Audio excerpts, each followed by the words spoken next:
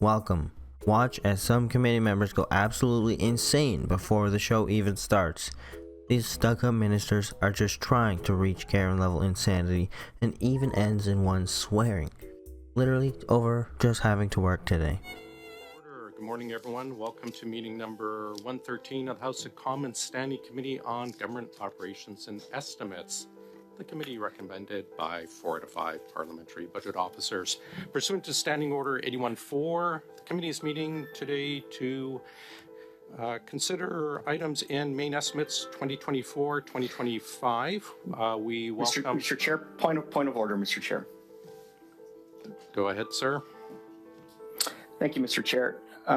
I have been a member of this committee for 5 years now, and I take pride in the work of this committee, and I take particular pride in the fact that this is a committee that has traditionally been collaborative, and we work together to get to the bottom of things and do the work that constituents and residents and Canadians expect of us to do.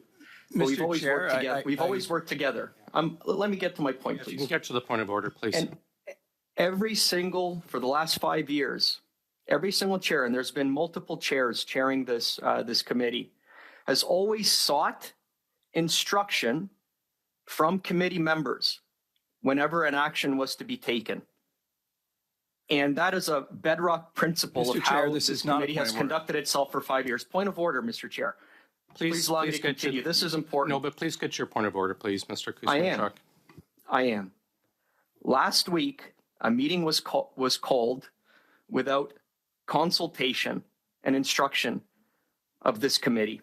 This week, we had 2 meetings scheduled without consultation or instruction or consent from this committee. A witness today was invited yesterday. We found out about this witness at 7 p.m. last night. There was no consultation, no instruction from this committee. And tomorrow we found out from Global News that there may be another meeting tomorrow with additional witnesses. And again, no instruction, no consultation. And so I'm asking the chair to explain to this committee, because this is completely out of tradition and the way we've operated in the last 5 years on this committee. This is something that is Mr. Chair, I've been very patient. I have not heard any section or any valid point of order.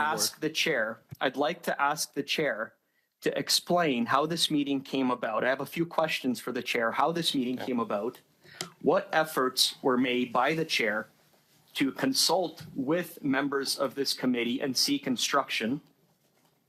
And a further question, why is this meeting being held today on a constituency week? And why is this witness here before us here today? And so this is a point of order. This is outside of the tradition of how this committee has conducted itself over the last 5 years. I'm going to cut you off there to get to an answer. To explain his actions. Sure. Well, first of all, to start, it's not a valid point of order, but I will answer your questions. The premiers, representing over 60% of the population, wrote to the Chair of Finance to address the issue of the increased tax. The Liberal chair, maybe under political pressure from his own party, refused to. As the premiers are the highest office holders in their provinces, representing millions and millions of Canadians, I thought we should respect the provinces and invite the premiers to participate in our study of the estimates, which includes the government spending, including the carbon tax.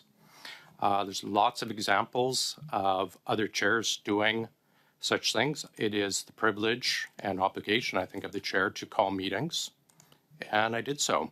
I'm happy to go through some of the examples of other chairs from government-led parties doing the same, but it is within the prerogative of the chair to call such meetings, and I did. And we're ready to start the meeting. As Kelly, the chair, keeps his cool, he probably 420 blazed before work, of course. Nothing can rattle him now. Too bad the fentanyl liberals just don't want to work today, and soon we have a dog pile of entitled Trudeau-loving minions just trying to get their way. Section 108 of the Standing Orders clearly states that committee members instruct the chair on any action. And so I ask you again, what instruction, what consultation, even basic consultation, did the chair undertake to schedule this week's meetings, including the meeting that, again, we hear is going to be scheduled for tomorrow, and to seek again, instruction from this committee? I think it's really important because this is a departure. Folks that are listening, I want them to know that this is a departure from the way we've conducted business at OGO Committee for 5 years. This is new. Yeah, it is within the powers and the prerogatives of the chair to call meetings, Mr. Kuzmierczuk. Our clerk is looking at the exact quote ruling, if you wish, but it is fully within the powers of the chair. For example, the Liberal chair of Natural Resources called a meeting without anyone's knowledge in order to ram through the anti-Alberta, anti-energy industry Point of order. C-250. So it has been done in the past. And yeah, please let me finish, Ms. Outland. It is fully within the powers of the chair to call such meetings, and I have. Go ahead, Ms. Outland.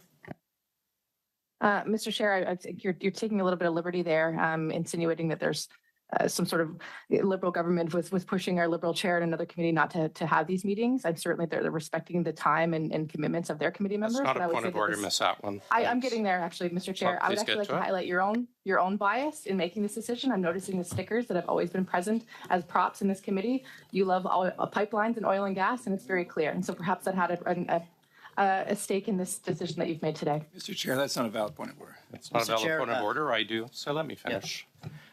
I do love oil and gas. If it bothers you, I will close my laptop.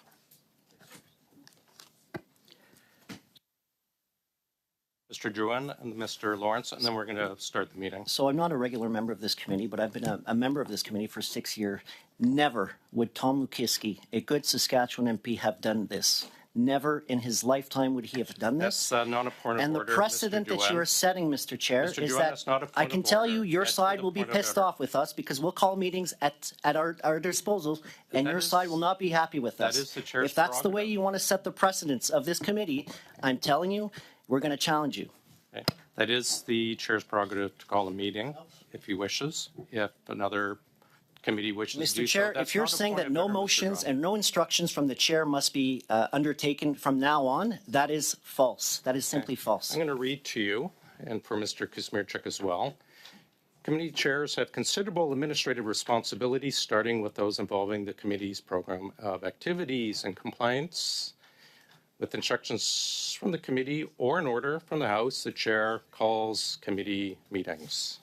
So, well, Mr. Chair, point of order, and I believe exactly. I think you said it right there, and it bears repeating. It bears repeating.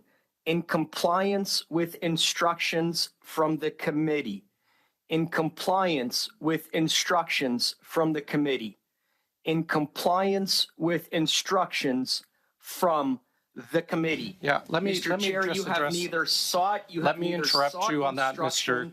Nor consultation from this committee. Mr. Kuzmierczuk, let me address that. You have acted unilaterally outside the will of this committee. That is the issue that I have with you, sir. If you want to schedule meetings with witnesses, work with committee members. That's the way we've always done it.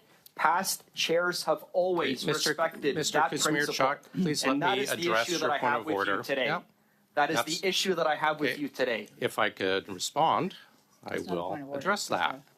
We are meeting on the estimates, the 2024-25 estimates, which the committee has agreed to. That is what our meeting is on today, and that is what I noted when I did my opening statement. Under Standing Order 81 for the committee's meeting to commence the consideration of the main estimates 2025. And why did you schedule this meeting today on a constituency week? May I ask, Mr. Chair, so that folks watching can know this? This is going to be the study on the main estimates. When is it due, Mr. Chair? When is the study, the committee study on the estimates due? We are meeting on the estimates. I have the prerogative to call a meeting on the estimates that the committee agreed to. We are now going to turn.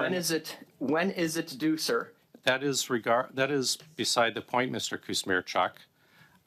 May 31st. That's nice. May 31st. That's fine. We're now going to turn things over to Mr. Chair, point of order.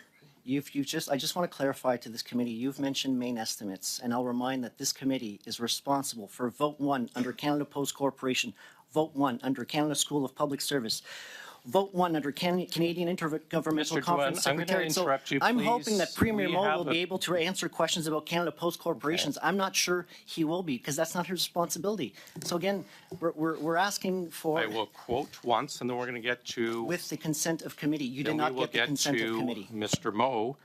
In the main estimates, CRA, distribution of fuel charges. This committee is not responsible for CRA. $6.8 billion going to 9.5, but it's the part of the main estimates, and we are studying the main estimates. I'm sorry, Mr. Chair. Drouin, Mr. Chair, I've been a long-time member of this committee before my appearance here. I understand what this committee is responsible, and you're misleading committee. Point of order, Mr. CRA Chair. goes to You've been finance, very and you know patient. damn well that's where it goes. Okay. You've been very... First of all, refrain from the language, Mr. Drouin.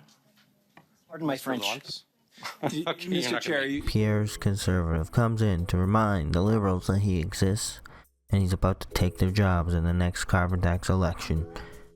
Why do they not want Scott Moe to testify at this committee right now?